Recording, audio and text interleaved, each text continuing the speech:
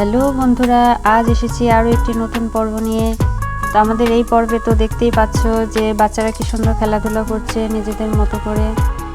আর এদিকে আমাদের রীতির মা, সে ঝাড়ু দেবে মনে হচ্ছে সকাল সকাল। আর এদিকে তুলির মা, সে মনে হয় ঘরদোর গোছাচ্ছে। কিন্তু কেন, কিসের জন্য এত আয়োজন, এত সুন্দর করে পরিষ্কার পরিচ্ছন্ন করছে, চলো দেখা যাক। ইস, কি ময়লা! একটা দিন ঝাড়ু না দিলে কি যে অবস্থা হয় ঘরের। আর পারছি না, বাচ্চাগুলো না এত দুষ্টামি করে আর শুধু ঘরদোর নোংরা করে। যাই, ঝাড় দেওয়া শেষ, এখন রান্নাটা বসাই গিয়ে।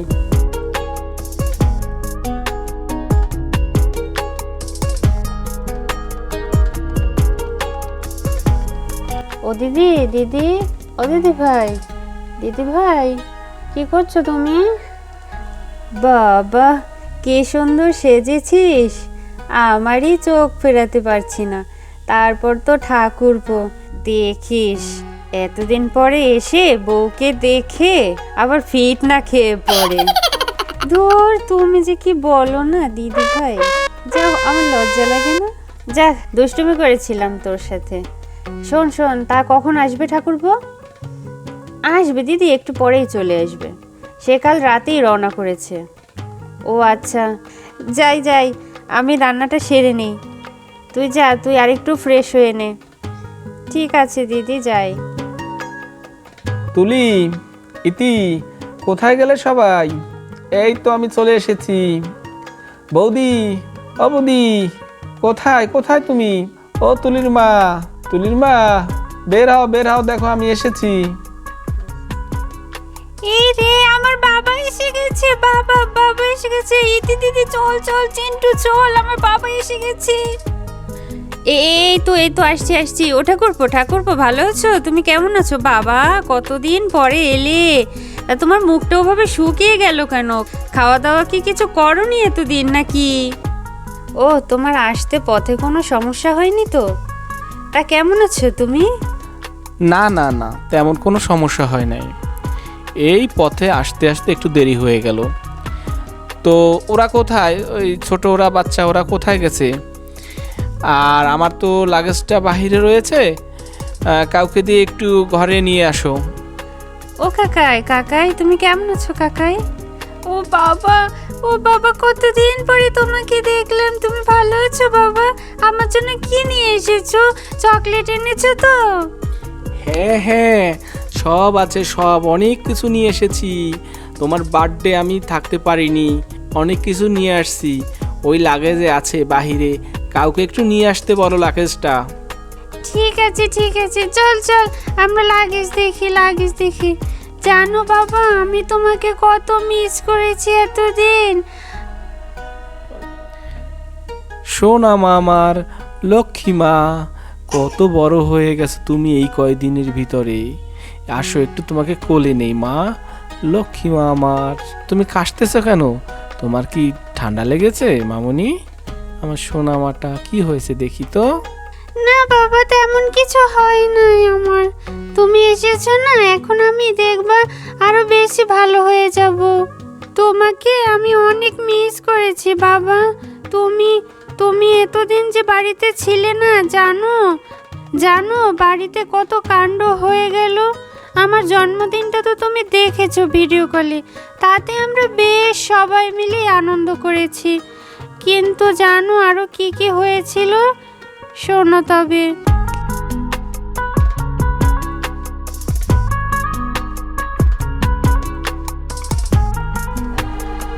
জানো জানো বাবা, আমি আমার জন্মদিনে কত গিফট পেয়েছি, অনেকগুলো গিফট পেয়েছি। তোমাকে আমি সবগুলো দেখাবো।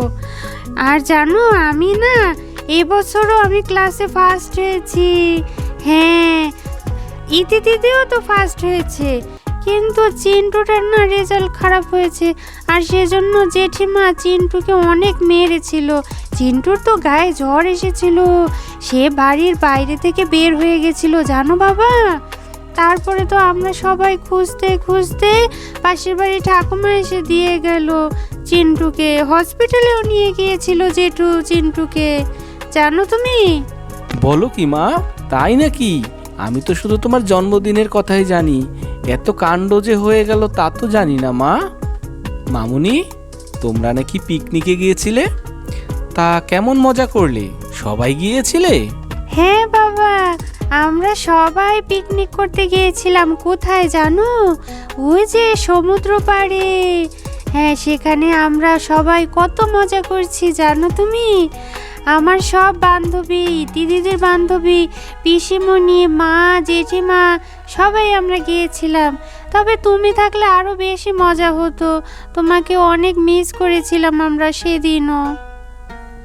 তাই মা, আর ভুল হবে না, শোনা মা আমার লক্ষ্মীটা। ঠিক আছে বাবা। আর জানো, আমাদের বাড়িতে না সরস্বতী পুজো হয়েছিল। মা কি বলেছে তোমাকে? তাই তাই না, তা তো আমাকে সে বললো না। হ্যাঁ, সরস্বতী পূজার দিনেও আমরা শাড়ি পরেছিলাম। মা আমাকে শাড়ি পরিয়ে দিয়েছিল। কি সুন্দর আমাকে লাগছিল না? তুমি যদি আমাকে দেখতে, একেবারে আমাকে কোল থেকে নামাতেই না জানো। লক্ষ্মী মাটা আমার একটা চুমু দে। ও হ্যাঁ বাবা, আমি না ওই যে সরস্বতী পূজায় অঞ্জলি দিয়েছিলাম, আর আমি দিয়েছিলাম, চিন্টু দিয়েছিল। আমি কি করেছি জানো? আমি না মায়ের থেকে একটু লুকিয়ে সরস্বতী পূজার একটু ফুল, সেটা তোমার জন্য রেখে দিয়েছিলাম আমার বইয়ের মধ্যে। দাঁড়াও, একটু পরেই নিয়ে আসতেছি। পাগলি মেয়ে আমার, আমার কথা কত ভাবে আমার মাটা, লক্ষ্মী মা আমার।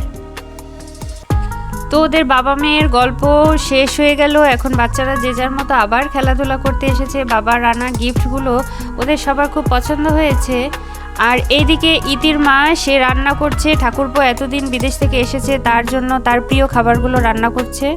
আর এইদিকে তো দেখতে পাচ্ছ যে আমাদের তুলির মা, সে অনেক দিন পরে তার হাজব্যান্ডকে কাছে পেয়েছে। এখন তারা সুন্দর দুজনের সাথে গল্পগুজব করতেছে আর একে অপরের দিকে তাকিয়ে আছে। তুলির মা ভাবছে কি বলবে, অনেক দিনের কথা জমে আছে, কি থেকে শুরু করবে বুঝতে পারতেছে না। তো ঠিক আছে, আজকের পর্ব এখানেই শেষ হলো। আগামী পর্বগুলো দেখার জন্য আমন্ত্রণ রইল, এবং আমাদের পর্বগুলো যদি তোমাদের ভালো লেগে থাকে অবশ্যই লাইক অ্যান্ড কমেন্ট করে পাশে থেকো। Bye bye.